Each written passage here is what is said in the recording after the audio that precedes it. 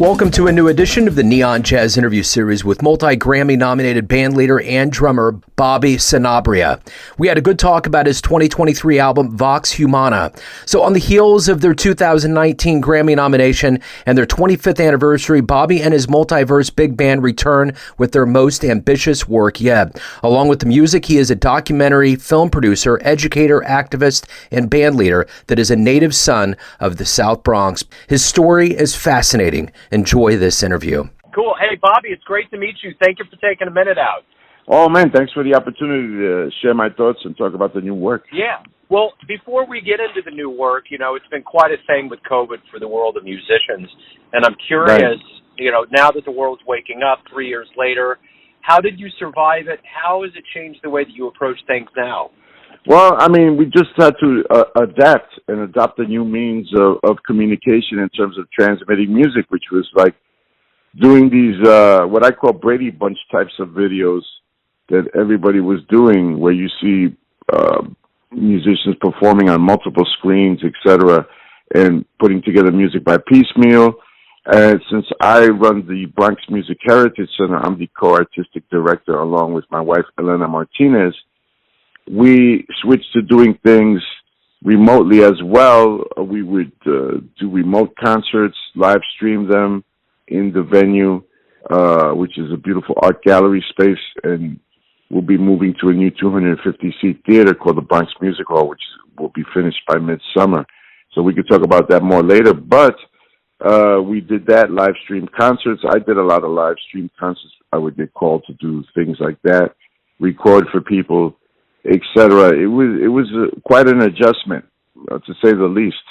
I think the people that benefited the most from it were the people that run these companies that make microphones, cameras, video cameras, etc., and to transmit all this live stream content that everybody was doing, and people became savvy with it. Of course, young people had a one-up on my generation because they're always dealing with technology all the time. I have to frequently call my son, "Hey, son, how do you do this? How do you do that?" etc. And he laughs and he shows me, etc., etc. So, but we survived and we're thriving now. So everybody, it proves one thing, that people were hungry for live music. And we actually did, with the Multiverse Big Band, some live concerts sponsored by the city. We did one major outdoor one. Of course, there were COVID restrictions for the audience. For me, it was strange seeing people sitting apart, like 8 feet apart, 6 feet, that kind of a thing, and wearing masks and all that. But as I said before, we survived and we thrived.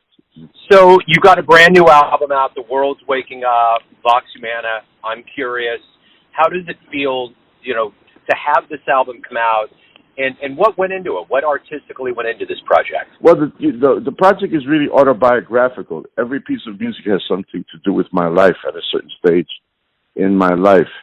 For example, the first piece, Caravan, which is it's kind of considered a warhorse in terms of jazz composition.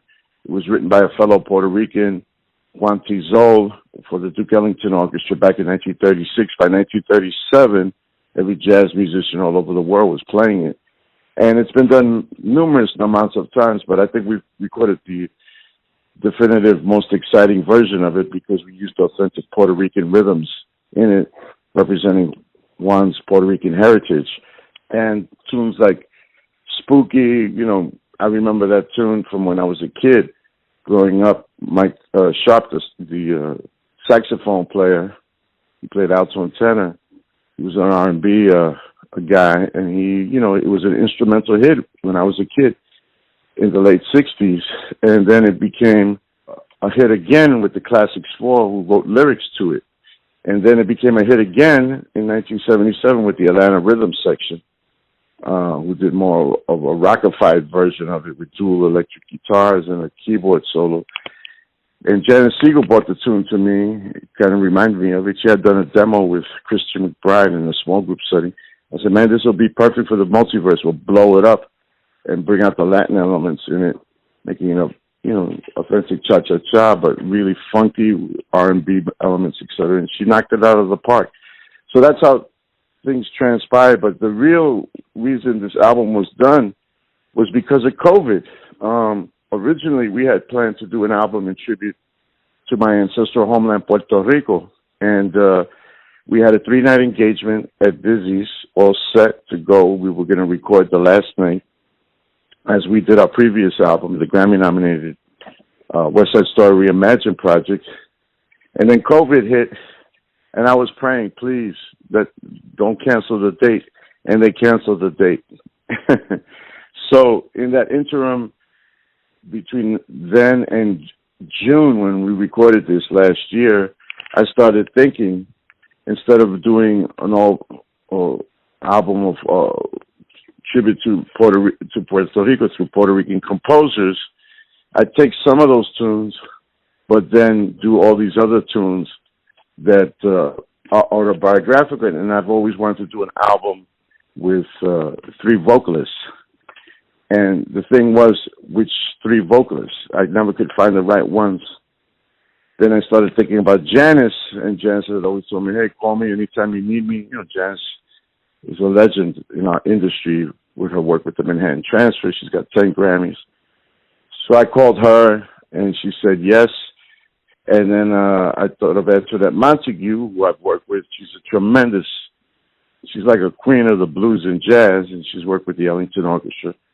And I've performed with her on many occasions as a side person with her as her drummer. And she said yes. And then Jennifer was a student of mine about 25 years ago, which is the celebration of this part of the celebration of this album. The band is 25 years old. She was a student of mine at the New School, and she's half Puerto Rican, half Dominican, and she's a musical polyglot. She sings in French, Italian, Brazilian, Portuguese, Spanish, and English, of course. And she's a fabulous vocalist who, I always said, man, Jennifer needs a platform for people to really get to know her, because she's under the radar. Some of the musicians in the band, they go, oh man, you're going to get 3 women singers, or they're going to start catfighting. And I go, no, these are mature, professional women. And I was right. They when the first rehearsal happened, they both all fell in love with each other, and they're great friends now. And the result is this, I think, our best work yet to date. This album that is quite different than the other albums that we've done. We've always featured a vocal track or 2 on my previous big band albums, but this album is completely all vocals. So I think people are going to be taken aback. And they're all 3 great jazz improvisers as well, as you could hear on the recording. So they're not slouches in that department. So the other aspect of this is that, live shows are picking up, things are happening. Talk to me a little bit about your itinerary surrounding this album, and just in general, with as the year opens up, the warm months are coming, how's everything opening up for you now? Well, it's strange. Like I said, we got called to do several gigs over this 3-year period with the COVID, which kind of surprised me, because this band is at full strength. It's 24 musicians, 21 instrumentalists and 3 vocalists. So that's 24 people. So it's quite a massive undertaking. But we've gotten to play in Europe at the Verona Jazz Festival. We've gotten to play jazz festivals in the country here, like at the Ravinia Festival in the Chicago area and other places. So, but that said, booking a band of this size is an immense undertaking. So our appearances are few and far between. But when we do them, they are, monumental events, to say the least. I think the biggest thing we did, one of the proudest moments was when we did the music of West Side Story Reimagined, our previous work. We did that for about 15,000 people at Lincoln Center. That was back in 2018. And then we did a concert in July of last year at Bryant Park, which was videotaped. So hopefully you'll be seeing that soon on PBS. So but my thing is that even though I have a quartet, Quarteto H, and a quintet called Ascensión, and those groups obviously are easier to book, I'm always looking for opportunities for the Multiverse Big Band, because it is a wondrous thing. And we've done school concerts, believe it or not, where we've been hired to come into a public school and perform a concert. We recently did one at the Dalton School in Manhattan. And what better way to get kids involved, to expose them to great jazz and Latin-oriented jazz than through a big band. It's the most powerful means of expression for this music. And from the first tune that we played at the Dalton Schools, those kids were standing up going crazy. And of course, at the end of the concert, many of them come up to me, Mr. Sanabria, where can I hear more of this music? I've never heard it before, etc. And YouTube is a great vehicle for teaching young people and getting them involved in this kind of music, because it's immediate. And there's quite a few, there's hundreds, thousands of examples of great artists playing this type of music on YouTube. They just don't know who the artists are and where to go. So some of them have never heard of people like Tito Puente, who were iconic, or Machito, who was the first, the Machito Afro-Cubans, the first band to fuse jazz arranging technique with Afro-Cuban rhythms, or Brazilian artists like Ayrton Moreira, the great drummer. So there you go. Beautiful. So, the one thing that's been hallmark about you is longevity, and you've always evolved. You've always kept your sound top notch. How has that been for you? What has been the key to longevity and staying relevant for you in your career? Well, the one word is persistence. I mean, that's basically it. I mean, because there's so many talented people out there, et cetera, but they give up for whatever reason. So I've always been persistent, and also the key to my longevity has been versatility. As a drummer and a percussionist, I can fit in any musical situation. I've done even country western gigs, believe it or not. A Puerto Rican kid growing up in New York City in the projects. So I've done every kind of gig you can imagine, playing timpani in a symphony orchestra and orchestral percussion, to playing brushes and doing train beats on a country western gig, to, obviously hardcore Afro-Cuban music in a dance-oriented context, what we call salsa today. Salsa is just Afro-Cuban-based dance music, the way we play it in New York City, with a very aggressive attitude, especially the Puerto Rican community, who adapted the music, adapted it, and kept it alive after the Cuban Revolution. So the key is persistence and versatility. Those are the two hallmarks of my career, and anybody else that has lasted as long as I have, and of course continued to grow. And I was very lucky because I grew up with so many styles of music in my household. My father was Jose was very eclectic in his musical taste, and I was the beneficiary of that. And we had great radio at the time when I was growing up, and I was the last generation to see and hear jazz on TV. I got to see Duke Ellington on TV on shows like The Ed Sullivan Show and Buddy Rich and Tony Bennett and Count Basie. And I fell in love with the Beatles just like everybody else did. But I fell in love more with the drummers like Sonny Payne and Buddy Rich and all these other great, incredible drummers. And then later on in the jazz rock era, drummers like Billy Cobham, who's been a big influence on me, and Harvey Mason, Steve Gadd, Dave Garibaldi. I could go on, and the great percussionists like the master timbala player, Maestro Tito Puente, who really blew my mind. I saw him live when I was 12 years old. He did a concert in front of the projects that I grew up in, the Melrose Projects, on the corner of East 153rd Street and Cortlandt Avenue. And that's when I decided, oh man, I got to do this for the rest of my life, be a musician. And of course, my cultural background, I'm Puerto Rican, growing up in New York City in the South Bronx, what they call a New Yorican. So I saw the birth of hip-hop. I saw when Cool DJ Herc first came out with the Technics turntables. He used to go to high school right across from my projects complex. He went to Alfred E. Smith Bronx Vocational High School. So I saw when he came out with those turntables, and so hip hop was an outgrowth of people doing house parties, etc. Then they did them in community centers, and then in the streets.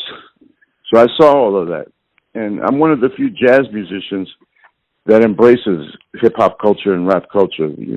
Many jazz musicians thumb their nose at it, but it's just part of the really black experience, the African diaspora. What I do is really, if you want to call it in a nutshell, it's African diaspora music. All of it is related, from the blues to jazz to rock, funk, straight ahead swing, excuse me, and of course all the myriad styles of Latin music. It's like Carlos Santana says. He has a beautiful quote. He says the music that people call Latin music is really African music, and people have to acknowledge that. And of course, why is it African? Because of the rhythms, and there's a myriad number of rhythms that we utilize on this double CD set, as you well know. Talk to me a little bit about, being at this for as long as you have. It's all fueled by love. I'm curious what you like the best about being a professional musician. There's so many aspects of it, from recording to being live and everything in between. But what is it that you love the best about it? Well, the visceral performance aspect of it, interacting with the audience on a visceral level. I mean, I've done part of that versatility is that I'm a composer, arranger as well. But that's a lonely job, like you're sitting down with a pencil in hand with score paper, and nowadays you're doing it on a computer with either Sibelius or what's the other platform that's used to write music.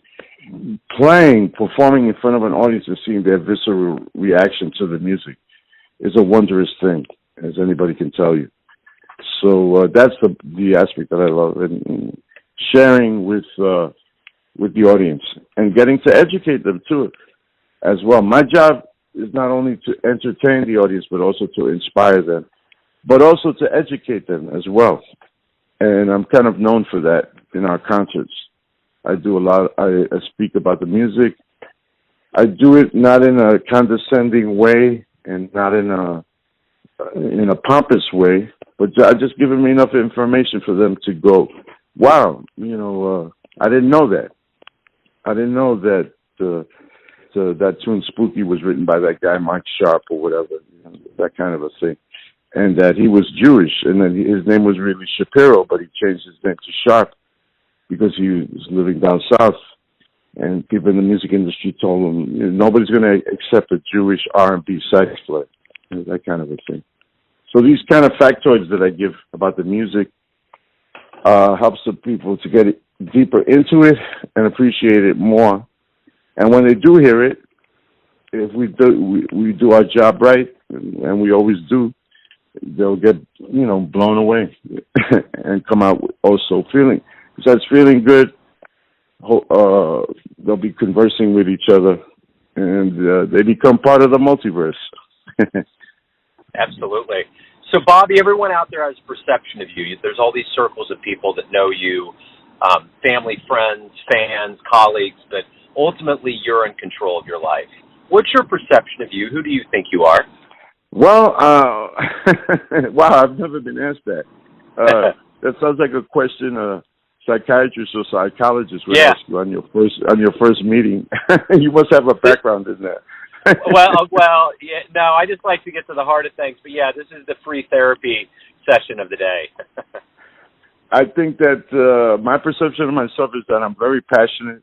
I'm very honest with myself and what I do, and I want to bring it forth with total honesty to, not BSing the audience or the music. And I feel that, and I'm very proud of my multicultural background, being a Puerto Rican growing up in New York City, where if you grew up in New York City, you're going to be exposed to all these forms of music, particularly all forms of Latin music, particularly Afro-Cuban music, which really is the engine that drives New York. It's the pulse of the city through the Puerto Rican community. And I'm passionate about my family, my friends, and also getting the music out there and educating the public about our great musical traditions.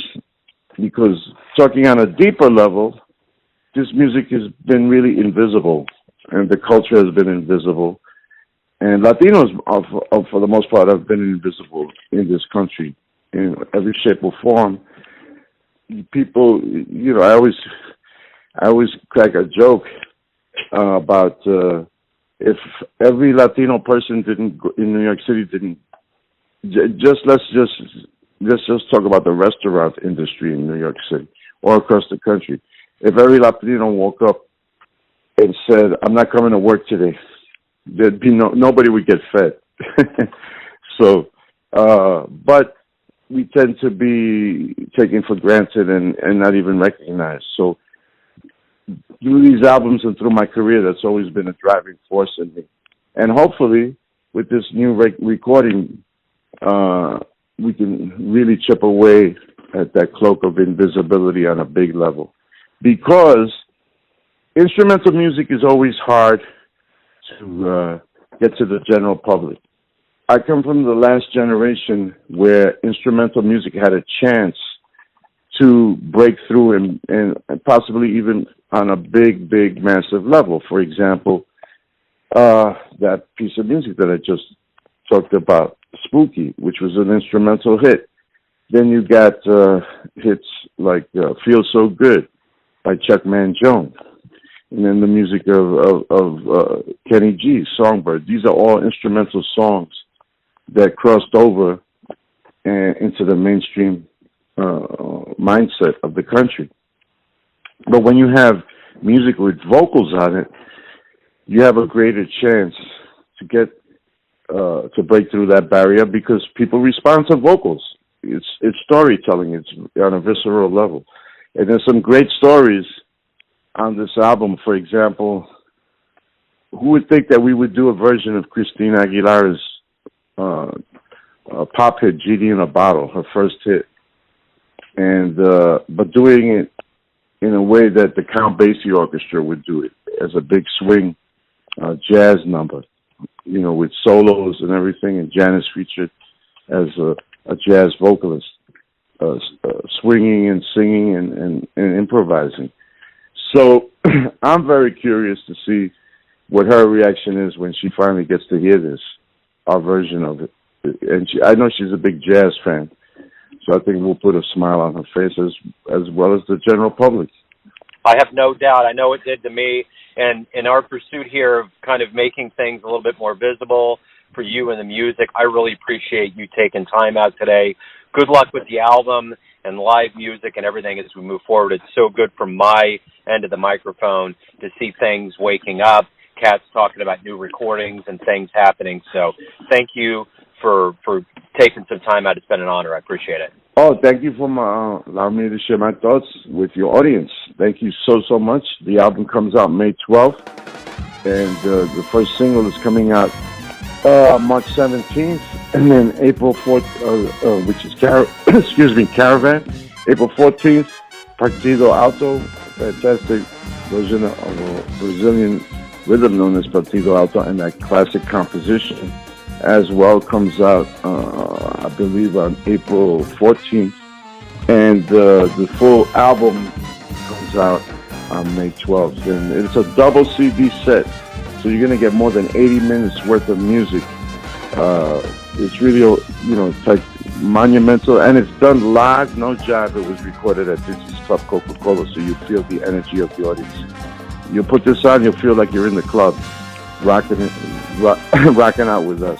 So thank you so much, Joe. Thanks for listening and tuning in to another Neon Jazz interview, where we give you a bit of insight into the finest players and minds in Puerto Rico, the Bronx, Kansas City, and spots all over the world, giving fans all that jazz. Thanks to Bobby for his time, energy, and cool. If you want to hear more interviews, you can find Neon Jazz archived interviews on Apple Podcasts and Spotify. Subscribe to us at YouTube, and for everything Neon Jazz all the time, go to the neonjazz.blogspot.com. Until next time, enjoy the jazz, my friends.